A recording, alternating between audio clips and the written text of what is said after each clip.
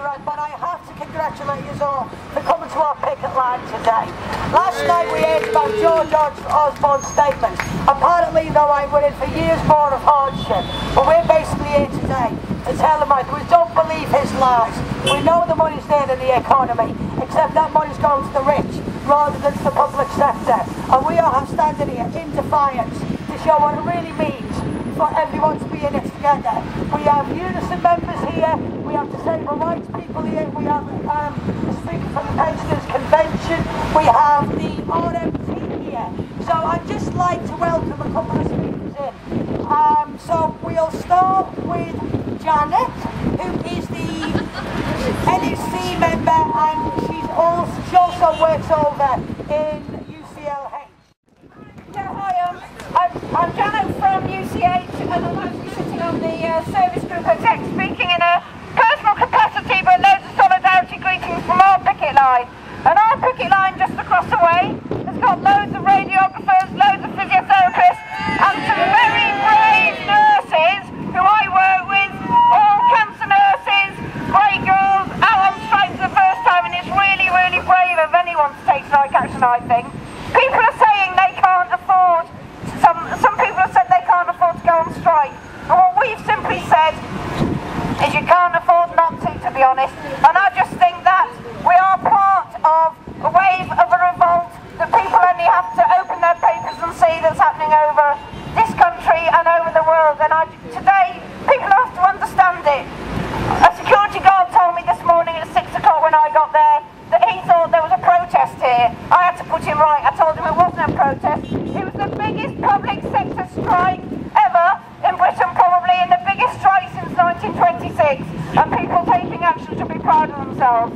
So I hope we're going to all march together later on down to Trafalgar Square, and I'm going to pass you back to Anna, and come and visit our picket line, please. What an absolute fabulous day. Over 2 million workers out on strike. You couldn't get any better. Well, you can actually. We'll come back to that. Firstly, last time we were here, we had Kamal Abu Aita, the president of the Egyptian independent unions, offering his solidarity. Their message today is really quite simple from Cairo. Strike, strike, solidarity, solidarity. From Cairo to London, from Egypt to the UK. Now, the RMT in London isn't on strike. China, where it is, we have a few people out on strike today. The key thing is this. Class war has been declared on us, and we now need to organise correspondingly to break this government and bring Cameron down. Fact of the matter is, we all marched together on the 26th of March. Over, shy of 500,000 came out of strike on the 30th of June. Now we have over 2 million out on the 30th of November. Early next year, let's be quite clear, and this is what we need to start organising now. We need a general strike of the public sector, and that includes us on the railways and on the tube as well. We need to come out together, and we need to bring down this government. The fact that on the eve of this strike, that the government's been talking about coming around the table, declaring a 1% pay freeze for the public sector is an absolute disgrace. An absolute disgrace, and actually what we need to do is turn it back on them and actually pull out our numbers early next year and make sure we bring Cameron, Osborne and the rest of his cronies down. Next year, I can guarantee you this, the RMT on London Underground will be in dispute. Not only over the Olympics, but actually not just Boris, but also Cameron as well. We leaked our report earlier on this month that has shown that they're going to cut back on our jobs by at least 20%. That's a minimum of 1,500 jobs across the London Underground. I can guarantee you this. Next time you're out, we'll be out with you. Hey. Hi there, I'm Mary. I'm from the Pensions Forum and from the National Pensions Convention. Bringing solidarity to this picket line because we've got the same plight. Our pensions are the worst in Europe, only second. We're the third to last in Europe. Only Albania and Ireland have worse relative pensions than we do, so we've got the same fight against the same enemy. and therefore we'll be with you on every single picket line in solidarity. But also what I want to say is I'm also bringing greetings for the National Union of Journalists, of which I'm a member, and where I worked for most of my life on Fleet Street. And when they talk about private pensions and how apparently you're meant to count yourself lucky because our private pensions are not half as good as yours, why are ours not half as good as yours? Not because public service people stole them from us, but in fact our bosses did. Robert Maxwell stole our pensions, they had pension holidays, and you're meant to sort of see that as a reason for you taking lesser pensions.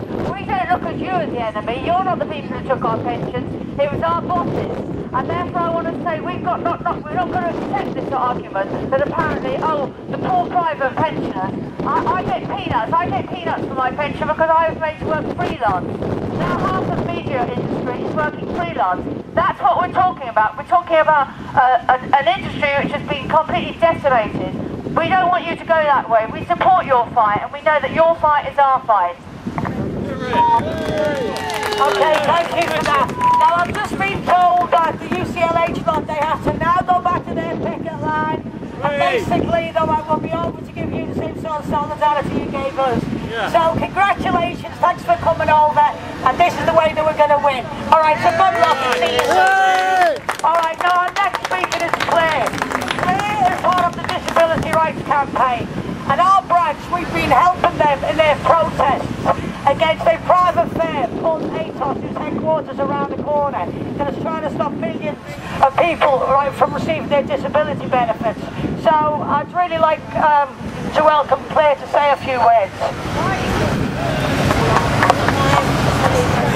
Hi everyone, it's fantastic to be here as waged and unwaged workers together, because those of us who are claimants and disabled people are also workers. It's very hard work coping with disability in an inaccessible environment. When you try and plan any trip or any activity, you always have to think, how am I going to get there? What's the transport like? And problems come up immediately, and it creates an extra workload that we're dealing with every day. And Mark Sawalka signed a letter with claimants against the BBC's horrendous propaganda about welfare reform and all these scroungers getting benefits, and why can't mothers go out to work when the child has just popped out? You know, all that stuff. It's so disgusting when you think of the salaries that they're on. And Anna said to me how Euston Tower is understaffed because they don't want the businesses to pay the tax, and they're not putting the personnel into collecting the tax from the businesses who are dodging what we're owed to pay for all our needs. 120 billion pounds in avoided tax, enough for everybody. And instead what we've got is private companies like Atos throwing people off incapacity benefits, making people with terminal cancer be job seekers when they're just about to start chemotherapy. That is what is happening. But we refuse to be begging in the street. We refuse for them to use equality as an excuse for why we have to be job seekers like everyone else and compete when employers don't even want to take us on, and there are no jobs anyway. So we're here with PCS, we're going to fight the welfare reform bill, we're going to demand our rights. We don't care if they pass the bill, they're still not going to be able to implement it. We're going to demand what we're entitled to. Thank you. Okay, thanks to all the speakers. I've got one special last speaker. Anne Alexander came to our picket line on the 30th of June, and she brought Kamal Abu Aita with her. Kamal Abu Aita is the president of the Egyptian Tax Collectors Union. Their strike in 2007 over pay ended up winning them a 350% pay rise. Their strike ended ended up though become a part of the Egyptian revolution, and he came as an act of solidarity to our picket line on June the 30th to say from Tahrir Square to Trafalgar Square, workers of the world unite. So Anne would like to say a couple of words now to continue right with the spirit of solidarity. Thank you, and I bring you greetings from the Independent Union Federation in Egypt and from Kamal in particular, who would have loved to have been here. Workers in Egypt are in the middle of a huge battle, just like we are. They're taking on the generals. There's been huge protests over in Tahrir Square and across Egypt over the last week, demanding that the military step down. But in the middle of that, they actually are watching what's happening here. They're watching the strikes, and they send their solidarity and greetings. And I think basically, as Anna said, we're all part of the same movement globally. We're on strike in terms of being part of a fight for social justice, and also to say that the corrupt politicians who rule us, who are in cahoots with the corrupt politicians who rule them in Egypt, are also there on the same side. I was really disgusted last week to find out that David Cameron's gift to Tahrir Square was to send tear gas over. One of his Tory peer friends has been involved with supplying tear gas to the Egyptian Ministry of the Interior, which has been responsible for killing people in Tahrir Square this week, including a doctor, a woman called Dr. Rania Fawad, who was killed by tear gas during the protests as she was treating people in the makeshift hospital in Tahrir Square. So I bring solidarity greetings and say, and I'm also on strike today myself. I'm a member of UCU, and so we're strikers of the world unite, and solidarity. You need to learn how to say a couple of words in Arabic, yeah, because last time we did this. So the word for solidarity is atadamun, and the word for strike is iddirab. And Kamal Abu, when he came, he doesn't speak much English, but he said, I know now 6 words in English. Hello, good morning, can I have a cup of tea, and general strike. So you could shout general strike.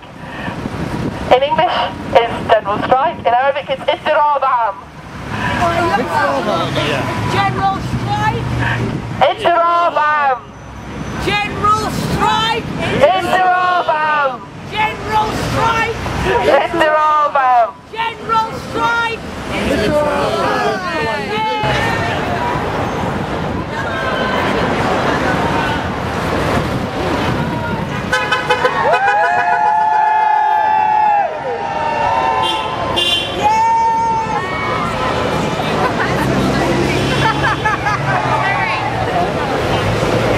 Busy, Avery.